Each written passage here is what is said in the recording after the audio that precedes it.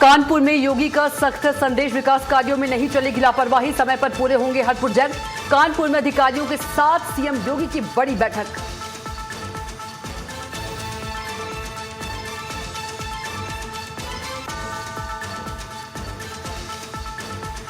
ब्राह्मण सम्मान पर सियासी संग्राम, मंत्री मनोज पांडे का सपा पर प्रहार। लखनऊ से मंत्री मनोज पांडे का बड़ा बयान।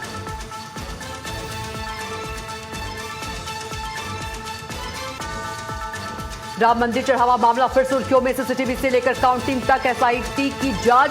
राम मंदिर चढ़ावा मामले पर नृपेंद्र मिश्रा का बड़ा बयान।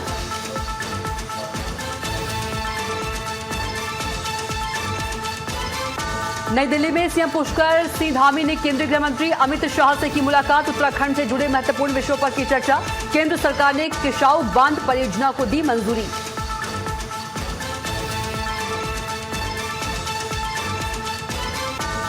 अंतर्राष्ट्रीय योग दिवस की तैयारियां तेज, मुख्यमंत्री पुष्कर धामी ने अधिकारियों कर्मचारियों के साथ किया योगाभ्यास। योग को स्वस्थ और संतुलित जीवन का बताया आधार। विकासनगर में बीजेपी नेता विनोद कश्यप की हत्या पर सियासत। एआईएमआईएम प्रदेश अध्यक्ष ने की आरोपियों की गिरफ्तारी की मांग, लोगों से की शांति बनाए रखने की अपील।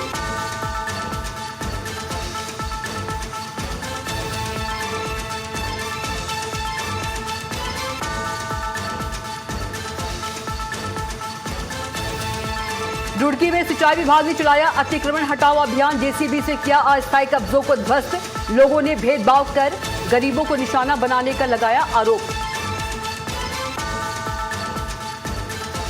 देहरादून में ऑपरेशन पहाड़ के तहत बड़ी कार्रवाई, पुलिस ने किया 13 जुआरियों को गिरफ्तार।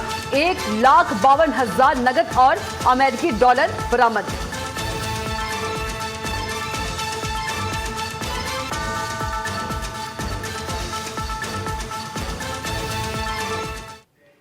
नमस्कार, न्यूज 360 में आप सभी का स्वागत है। मैं हूं आपके साथ कविता पांडे। बुलेटिन की शुरुआत बड़ी खबर के साथ करेंगे, जहां कानपुर में मुख्यमंत्री योगी आदित्यनाथ ने लोक निर्माण विभाग की परियोजनाओं और भविष्य की योजनाओं की समीक्षा की। बैठक में सड़क, पुल और अन्य बुनियादी ढांचा परियोजनाओं की प्रगति पर चर्चा हुई। सीएम ने अधिकारियों को निर्देश दिए कि सभी काम तय समय और गुणवत्ता के साथ पूरे किए जाए। उन्होंने कहा कि विकास कार्यों में किसी भी तरह की लापरवाही बर्दाश्त नहीं की जाएगी। अधिकारियों ने मुख्यमंत्री को चल रही परियोजनाओं और आगामी योजनाओं की विस्तृत जानकारी भी दी।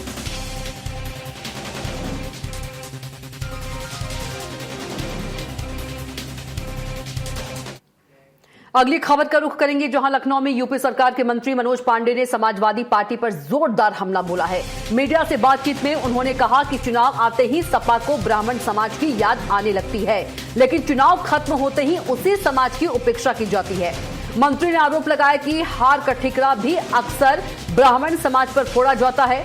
उन्होंने कहा कि सपा को पहले अपने नेताओं के उन बयानों का जवाब देना चाहिए जिनमें सनातन धर्म, भगवान श्री राम और हिंदू देवी देवताओं पर आपत्तिजनक टिप्पणियां की गई है।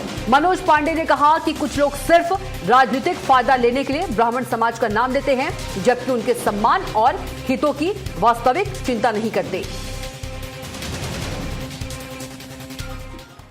सोशल मीडिया के प्लेटफॉर्म समाजवादी पार्टी के देख लीजिए। चुनाव के बाद जिस तरीके से लगातार एक समाज को टारगेट करके और पूरी समाजवादी पार्टी इस समाज को अपमानित करने का काम करती है, और फिर चुनाव जब 5 महीने रह जाता है तो उसे ये समाज याद आता है, और चुनाव के बाद वो हारे या जीते वो केवल इस समाज को गाली देने का काम करती है। सवाल केवल समाज का नहीं है।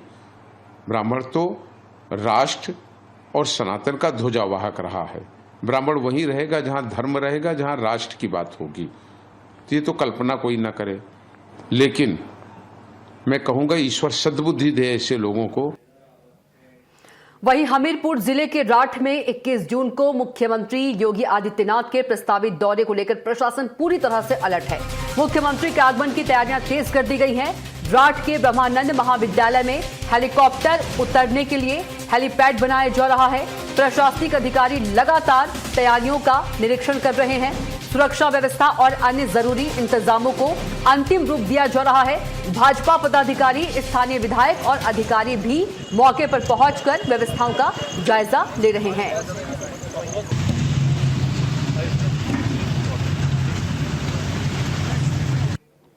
जी का 21 तारीख को हमारे इस जनपद के राठ में उनका आगमन हो रहा है और उसी को लेकर के आज हमारे एडीजी और डीएम और हमारे डीएम साहब एसपी साहब सभी लोग आज हम सब लोग यहाँ पर जहाँ पर कार्यक्रम हो रहा है पीएनबी डिग्री कॉलेज में, वहाँ पर हम लोगों ने स्थलीय निरीक्षण किया है। उनकी कार्यक्रम को लेकर के जो व्यवस्थाएं हम सबको करनी है उसको लेकर के हम लोग आज यहाँ पर अभी थे और चूँकि माननीय मुख्यमंत्री जी का कार्यक्रम है तो हम सब लोगों की ये इच्छा है कि कार्यक्रम जैसे 2022 में हुआ था उसी तरह भव्य कार्यक्रम इस बार फिर उनका होगा, ये सभा उनकी होगी। वहीं सीएम पुष्कर सिंह धामी ने नई दिल्ली में केंद्रीय गृह मंत्री अमित शाह से मुलाकात की है। उत्तराखंड के विभिन्न विकास परियोजनाओं और राज्य से जुड़े महत्वपूर्ण विषयों पर चर्चा की। इस दौरान सीएम ने कहा कि पीएम मोदी ने लंबे समय से लंबित कई महत्वपूर्ण परियोजनाओं को मंजूरी देकर उन्हें गति देने का काम किया है। उन्होंने कहा कि लखवाड़ बांध परियोजना, जिसका शिलान्यास वर्ष 2021 में पीएम मोदी ने किया था। उन्होंने कहा कि जमरानी बांध और देहरादून की बहुप्रतीक्षित सोंग बांध परियोजना पर भी तेजी से काम चल रहा है।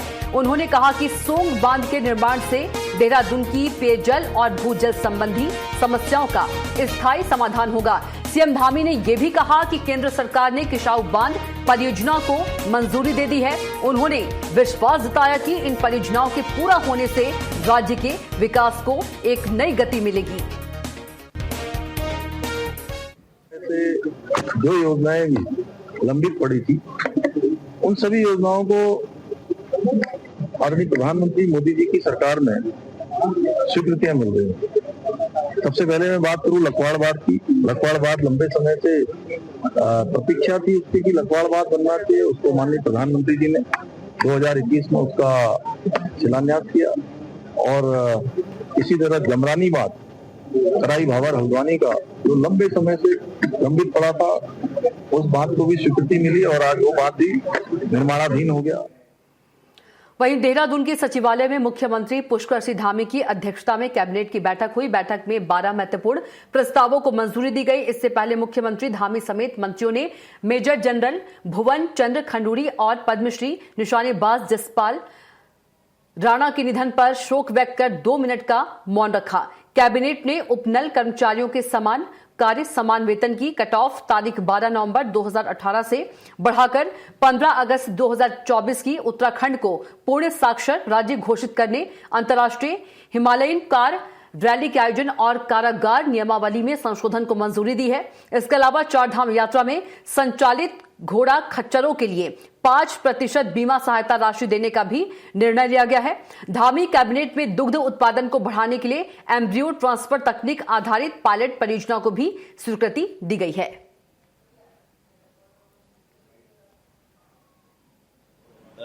माध्यमिक शिक्षा विभाग का प्रस्ताव था राष्ट्रीय शिक्षा नीति 2020 के अनुरूप साक्षरता के मानकों के आधार पर उत्तराखंड राज्य को पूर्णतः साक्षर राज्य घोषित किए जाने का जो प्रस्ताव था शिक्षा विभाग के द्वारा माननीय मंत्रिमंडल के समक्ष लाया गया था।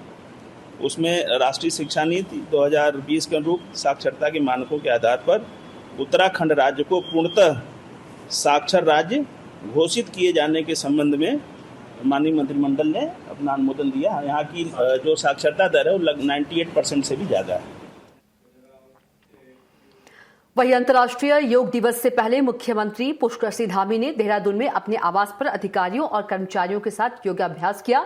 योग को स्वस्थ, संतुलित और सकारात्मक जीवन का आधार बताते हुए उन्होंने लोगों से योग को दैनिक दिनचर्या में शामिल करने की अपील की है। मुख्यमंत्री धामी ने कहा कि प्रधानमंत्री नरेंद्र मोदी के नेतृत्व में भारत की प्राचीन योग परंपरा को वैश्विक पहचान और सम्मान मिला है। योग केवल शारीरिक स्वास्थ्य तक सीमित नहीं है, बल्कि मानसिक शांति, आत्मानुशासन और जीवन में संतुलन स्थापित करने का प्रभावी माध्यम है। मुख्यमंत्री पुष्कर धामी ने प्रदेशवासियों से 21 जून को अंतर्राष्ट्रीय योग दिवस के कार्यक्रमों में बढ़ चढ़कर हिस्सा लेने और योग को जन जन तक पहुंचाने पर जोर दिया है।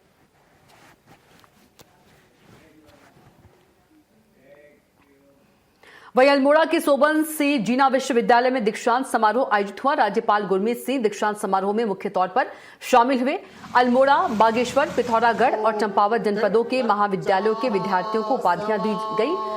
स्नातक और परास्नातक परीक्षा में उत्कृष्ट प्रदर्शन करने वाले मेधावी छात्र छात्राओं को राज्यपाल ने स्वर्ण पदक देकर सम्मानित किया। इसके अलावा कई शोधार्थियों को पीएचडी की उपाधि भी दी गई। पीएचडी उपाधि के योग्य होने की रिसर्च के ऊपर में फोकस किया है। 523 शोध किए हैं, 51 बुक्स लिखी हैं और आज हम सब ने परिवार ने इकट्ठा होकर एक लॉ फैकल्टी की तरफ से एक बहुत सुंदर एप्लीकेशन बनाया है। जब मैंने उस एप्लीकेशन को सुना था, उसकी डिटेल में गया था, तो मुझे ऐसा लगा कि ये बहुत ही यूजर फ्रेंडली एक एप्लीकेशन है जो हमारे पूरे परिवार को मदद करेगी लॉ के सब्जेक्ट के ऊपर।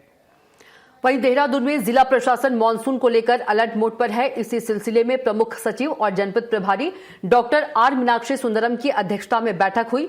प्रमुख सचिव ने आपदा प्रबंधन और मानसून से पहले की तैयारियों का जायजा लिया। वहीं जिलाधिकारी डॉक्टर आशीष चौहान ने जनपद में चल रहे बाढ़ सुरक्षा, नदी सफाई, भूस्खलन शमन और जल भराव को रोकने के कार्यों की जानकारी दी। प्रमुख सचिव डॉक्टर आर मीनाक्षी सुंदरम ने कहा कि मानसून से पहले सभी लंबित कार्यों को प्राथमिकता के आधार पर पूरा किया जाए। जल भराव से निपटने के लिए 39 डी वाटरिंग पंप तैनात करने की योजना बनाई गई। 12 प्रमुख नालों की सफाई और संवेदनशील क्षेत्रों में निगरानी बढ़ाई जाए। प्रमुख सचिव ने बैठक में 12 लैंडस्लाइड जोन, 89 संवेदनशील स्कूलों और 73 दुर्गम गांवों में सुरक्षा व्यवस्था की भी समीक्षा की।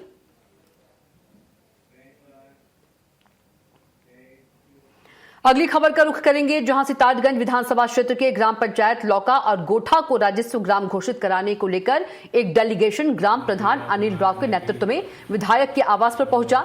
वहीं ग्रामीणों ने कैबिनेट मंत्री सौरभ बहुगुणा से अपने गांव को राजस्व गांव घोषित करने की मांग की है। वहीं विधायक ने ग्रामीणों को हर संभव मदद का आश्वासन दिया है। प्रधान जी के नेतृत्व में और हमारे बागी जी के नेतृत्व में हमारे पार्टी की तरफ से काफ़ी लोग वहाँ पर आए थे। हमने वहाँ पर हमारे फॉरेस्ट मंत्री हैं, वन मंत्री सूर्य लाल जी, हमारे जो फॉरेस्ट सचिव हैं रविशंकर जी, इन सबके साथ मिलकर बैठक हुई है। बैठक में 15 दिन के लिए समय मांगा है और डीएम को लेकर भी चला गया है कि 15 दिन के अंदर वो स्पष्ट करें स्थिति कि वहाँ की ज़मीन की क्या स्थिति है, किस कौन सी ज़मीन है, और उसके बाद जो है एक बार जब स्थिति स्पष्ट हो जाएगी तो कैसे उसको आगे बढ़ाना है उस पर चर्चा। वहीं रुड़की में विधायक वीरेंद्र जाति ने आगामी विधानसभा चुनाव 2027 को लेकर बड़ा दावा किया है। उन्होंने कहा कि विकास कार्यों के दम पर जनता उन्हें फिर से मौका देगी। अपने 4 साल के कार्यकाल में शिक्षा, स्वास्थ्य और बुनियादी सुविधाओं को मजबूत करने पर उन्होंने विशेष ध्यान दिया है। क्षेत्र में जर्जर सड़कों के निर्माण और मरम्मत से लोगों को काफी राहत मिली है। झबरेड़ा में 3 मंजिला अस्पताल के निर्माण की दिशा में काम आगे बढ़ रहा है। लाइब्रेरी निर्माण को प्राथमिकता दी गई है। 3 लाइब्रेरी बनकर तैयार हो चुकी है, जबकि 3 पर काम जारी है। रोडवेज बस अड्डे की प्रक्रिया भी चल रही है। झबरेड़ा को मॉडल विधानसभा क्षेत्र बनाने के प्रयास किए जा रहे हैं। 4 मंजिला बिल्डिंग मंगलौर से झबरेड़ा का रोड जो बीरपुर तक है, और हमारा लाठड़देवा से रेलवे स्टेशन की रोड, और पनियाला तक जो गई है हमारा पनियाला से रहीमपुर तक का रोड। एक अभी हमने माननीय मुख्यमंत्री जी की घोषणा में एक रोड को टेकअप किया है, उसका प्रपोजल अभी अंडर प्रोसेस है। वो है हमारा खाता खेड़ी सरकड़ी और सलेमपुर रुड़की तक का मार्ग, जो हम चौड़ा करके प्रेस की रोड उसको बना रहे हैं। उस उधर आवागमन बहुत है और उत्तर प्रदेश तक के लोग उससे जुड़े हैं। वहीं सीएम पुष्कर सिंह धामी की महत्वाकांक्षी आदर्श चंपावत परिकल्पना को धरातल पर उतारने के लिए जिला प्रशासन लगातार सक्रिय है। वहीं जनपद के विकास कार्यों में आ रही बाधाओं को दूर करने की दिशा में प्रशासन को एक महत्वपूर्ण सफलता मिली है। वहीं मनिहार गोठ क्षेत्र में लंबे समय से सड़क निर्माण में आ रही बाधा को प्रशासनिक पहल से दूर कर दिया गया है, जिससे अब सड़क निर्माण का रास्ता साफ हो गया है। वहीं उप जिलाधिकारी ने मनिहार गोठ क्षेत्र का निरीक्षण किया। वहीं निरीक्षण के दौरान प्रशासनिक और तकनीकी टीम भी मौके पर पहुंचकर संबंधित पक्षों से बातचीत की। वहीं आदर्श चंपावत के विजन के अनुरूप जन समस्याओं का समाधान को लेकर उप जिलाधिकारी ने चर्चा की। वहीं क्षेत्रवासियों ने प्रशासन की पहल की सराहना की है। वहीं चंपावत में पीएम आवास योजना में पारदर्शिता पर जिलाधिकारी ने जोर दिया है। उन्होंने प्रधानमंत्री आवास योजना निगरानी समिति की समीक्षा बैठक ली। उन्होंने बैठक में लाभार्थियों के चयन, सत्यापन और आवास निर्माण की प्रगति की समीक्षा की। उन्होंने अधिकारियों को पात्र लाभार्थियों का चयन पूरी निष्पक्षता और पारदर्शिता के साथ करने के निर्देश दिए। उन्होंने कहा कि ग्राम सभाओं की खुली बैठकों में ही लाभार्थियों के चयन की प्रक्रिया पूरी की जाए ताकि किसी भी पात्र परिवार को योजना के लाभ से वंचित न रहना पड़े। उन्होंने सभी खंड विकास अधिकारियों को लाभार्थियों के सत्यापन की प्रक्रिया को गंभीरता से पूरा करने के निर्देश दिए। उन्होंने कहा कि जनपद में अब तक 14,899 संभावित लाभार्थियों का सर्वेक्षण किया गया है, जिनमें 6,296 लाभार्थियों का सत्यापन पूर्ण हो चुका है। बैठक में ब्लॉक प्रमुख, सहायक परियोजना निदेशक और खंड विकास अधिकारी मौजूद रहे। अगली बड़ी खबर का रुख करेंगे, जहां अयोध्या के राम मंदिर चढ़ावा मामले में मंदिर निर्माण समिति के अध्यक्ष नृपेंद्र मिश्रा का बड़ा बयान सामने आया है। उन्होंने कहा कि डोनेशन काउंटिंग के लिए तय दिशा निर्देशों का सही तरीके से पालन नहीं हुआ है। उनके अनुसार निगरानी से जुड़े निर्देशों का 10% से ज्यादा अनुपालन नहीं किया गया है। उन्होंने काउंटिंग प्रक्रिया में लापरवाही के संकेत भी दिए हैं। मामले की जांच एसआईटी कर रही है और सीसीटीवी फुटेज समेत कई पहलुओं की पड़ताल जारी है। पूरी सच्चाई जांच रिपोर्ट आने के बाद सामने आएगी।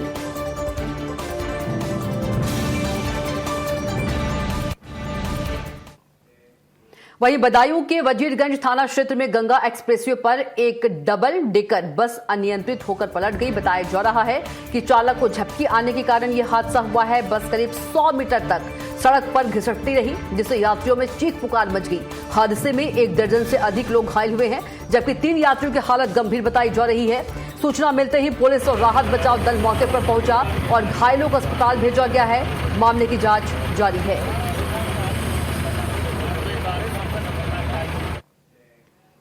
वहीं ललितपुर के बाढ़ थाना क्षेत्र के सेमरा भागनगर गांव में तेज आंधी और बारिश के दौरान एक बड़ा हादसा हो गया। खेत में बकरियां चरा रही 55 वर्षीय सरजू बाई अपने पति के साथ बारिश से बचने के लिए आम के पेड़ के नीचे खड़ी थी। तभी तेज हवाओं से पेड़ जड़ से उखड़कर उन पर गिर गया। हादसे में सरजू बाई की मौत हो गई मौके पर ही। सूचना पर पहुंची पुलिस ने शव को कब्जे में लेकर पोस्टमार्टम के लिए भेज दिया है। घटना से गांव में शोक का माहौल है।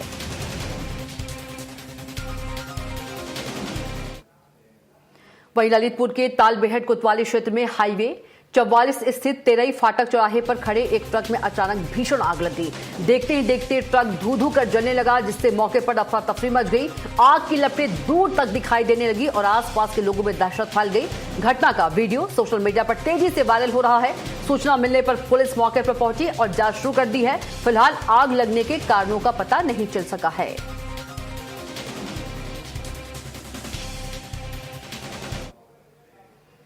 अगली खबर की ओर बढ़ेंगे, जहां लखनऊ में शहीद पथ को जाम मुक्त बनाने की बड़ी तैयारी शुरू हो गई है। एयरपोर्ट से कमता चौराहे तक 23 किलोमीटर लंबी 4 लेन एलिवेटेड रोड बनाने का प्रस्ताव तैयार किया गया है। रक्षा मंत्री राजनाथ सिंह ने इस संबंध में केंद्रीय मंत्री नितिन गडकरी को प्रस्ताव भेजा है। एनएचएआई और एलडीए डीपीआर तैयार करने में जुटे हुए हैं। परियोजना पूरी होने पर शहीद पथ सिग्नल फ्री होगा और करीब 10 लाख लोगों को इसका सीधा लाभ मिलेगा। इससे जाम और हादसों में भी कमी आने की उम्मीद है।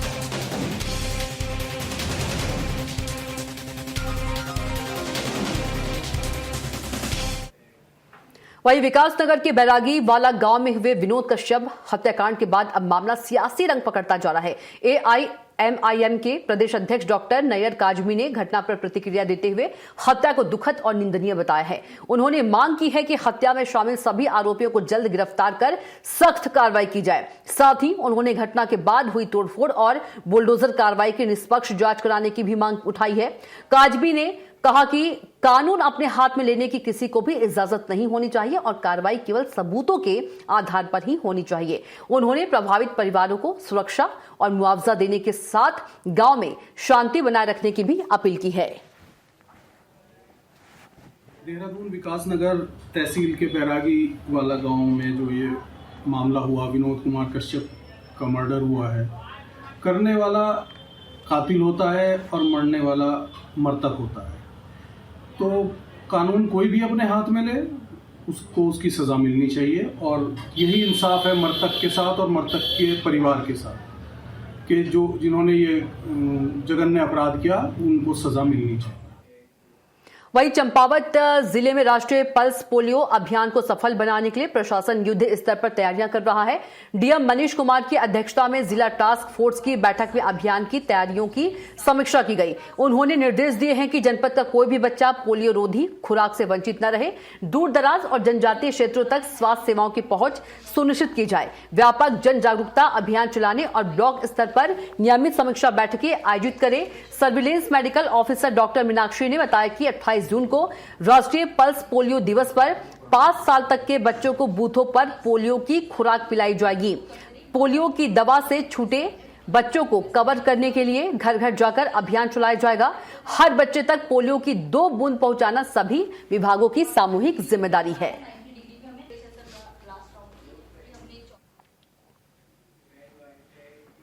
इसी के साथ फिलहाल के लिए बुलेटिन में इतना ही। आप देखते रहिए न्यूज़ 360। नमस्कार।